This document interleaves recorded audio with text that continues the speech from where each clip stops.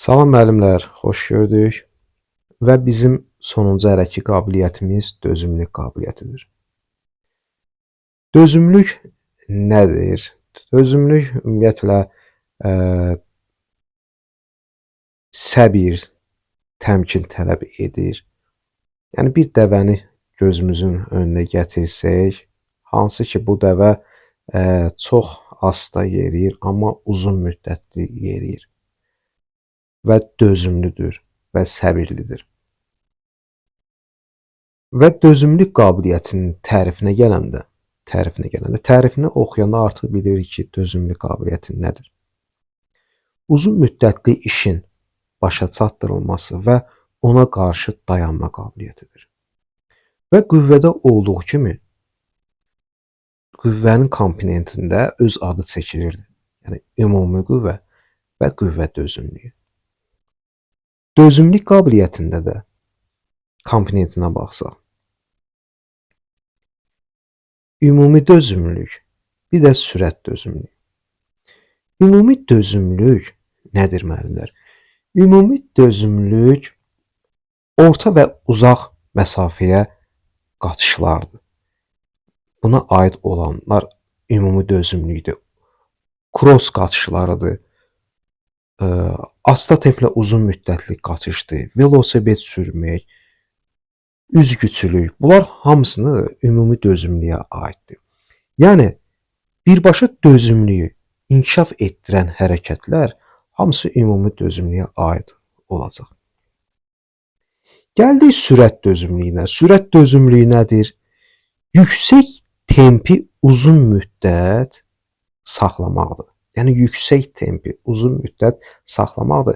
Biz indi orada 13-ə baxsaq, nisbi dözümlülük var, mütləq dözümlülük var. İnşallah ora çatanda daha aydın şəkildə başa düşəcək ki, sürət dözümlüyü nə olan şeydir.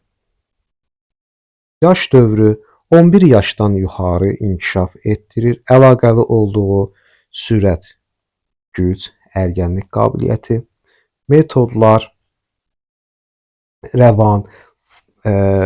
rəvan idi, fartlek, fasiləli dəyişkən, fasiləli və fartlek rəvan. Gəldik funksional sistemlərlə əlaqəsi. Dayaq hərəkət aparatı, ürək damar sistemi və tənəffüs sistemi. Tənəffüs sistemi açar söz verib bizə. Yəni funksional sistemdə ən yadda qalan tənəffüs sistemi görsək, biz bunu biləcəyik ki, dözümlülük qabiliyyətinin funksional sistemləridir. Gəldik kiçik summativ qiymətləndirməyə. Kiçik summativ qiymətləndirmədə 5-ci sinifdə tək verib 1000 metr məsafəyə qaçış. 5-ci sinif. 6-dan 9-a qədər 1500 metr məsafəyə qaçış. Və 11-ci sinifdə 2000 metr məsafəyə qaçış. Və tək 7-ci sinifdə həm 1500 metr məsafə var, həm də üzgüçülük var 25 metr, yəni şəraiti olan məktəblərdir.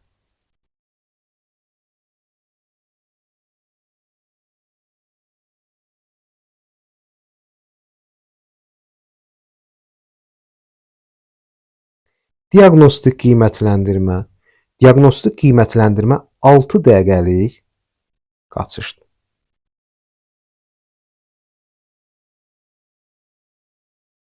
BSQ qiymətləndirmə 4-cü sinif 100 metr, 9-cu sinif 1500, 11-ci sinif isə 2000 metr məsafəyə qaçışdır.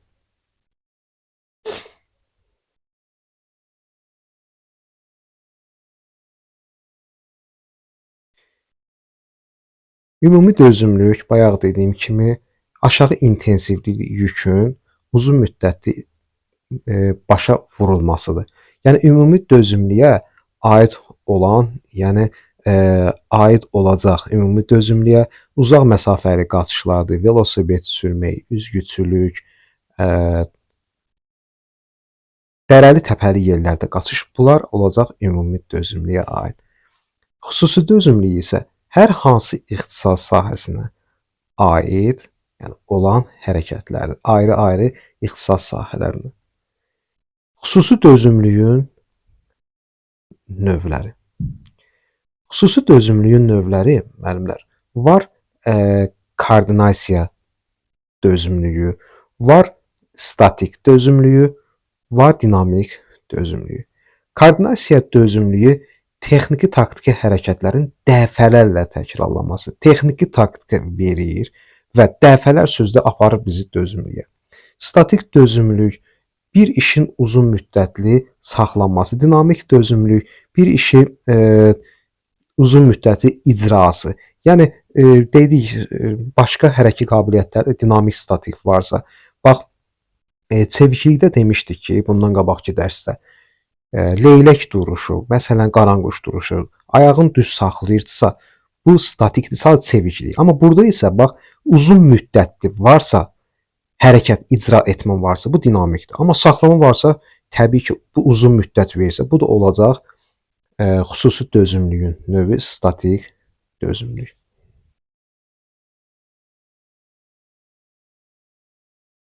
Ha.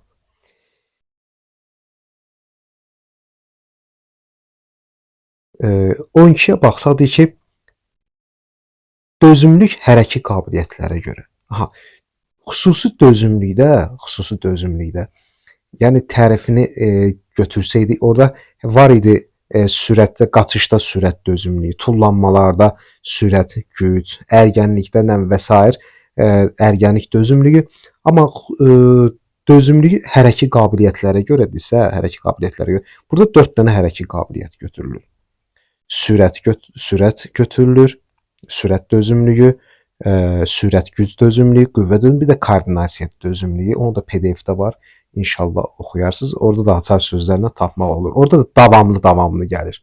Məsələn, davamlı verir, hərəkətlərin davamlı, texniki taktiki hərəkətlərin icrası, hərəkətin icrası var, sürətli icrası varsa, bu koordinasiyadır və sürət gücü tapmaq üçün həm davamlı yorulmadan sürət qüvvənin və sürətli icrası. Bu da olacaq idi sürət gücünün hərəkət qabiliyyətə görə və orada da tapmaq olur. Sadəcə əsas odur ki, onların içindən açar sözləri tapıb və ona uyğunlaşdırmaq lazımdır. Gəldik nisbi dözümlülük və mütləq dözümlülük.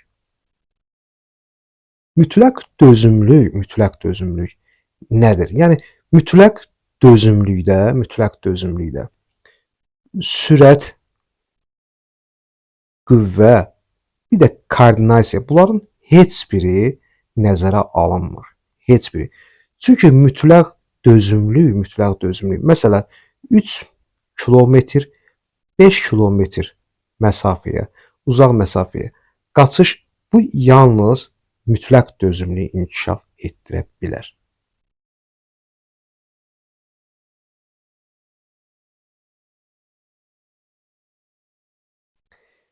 Gəl nisbi dözümlüyə.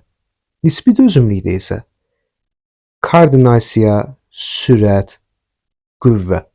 Bunların hər üçü tələb olunur və tam mütləqin əksi. Mütləq dözümlükdə tələb etmirdi. Yəni koordinasiya, sürət, qüvvə tələb etmirdi. Amma nisbi dözümlükdə isə həm koordinasiya tələb edir, həm sürət tələb edir, həm də qüvvə tələb edir. Yəni uyğunluq bunların tələb olunması hər üçünə aid olacaq.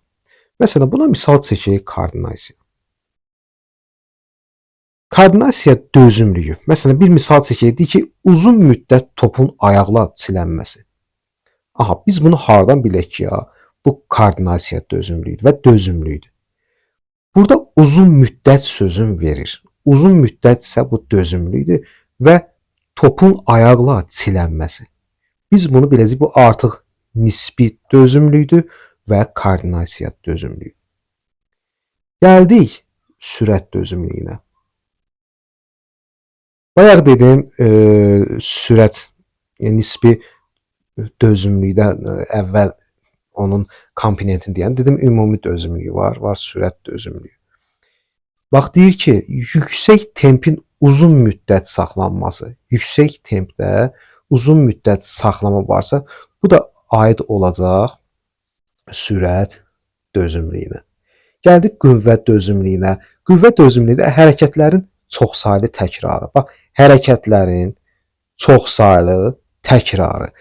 Məsələn, bir hərəkəti biz ard-arda ediriksə, dəfələrlə ediriksə və təbii ki, hansı bir ağır bir işdən gedir söhbət, bu olacaq qüvvə dözümlüyü. Deməli, nisbi qüvvəyə aid olanlar, tələb edənlər koordinasiya dözümlüyüdür, sürət dözümlüyü, qüvvə dözümlüyü. Amma mütləq dözümlüyə aid edilmir. Çünki mütləq dözümlülük yalnız özünə aid olandır. Yəni başqa heç nə tələb etmir. Müəllimlər, bu qədər. Sağ olun, salamat qalın. İnşallah növbəti dərslərdə yeni videolarımızı gələcək və videolarımıza rəylərinizi, fikirlərinizi bildirməyi unutmayın və bəyənməyi unutmayın. Sağ olun, salamat qalın.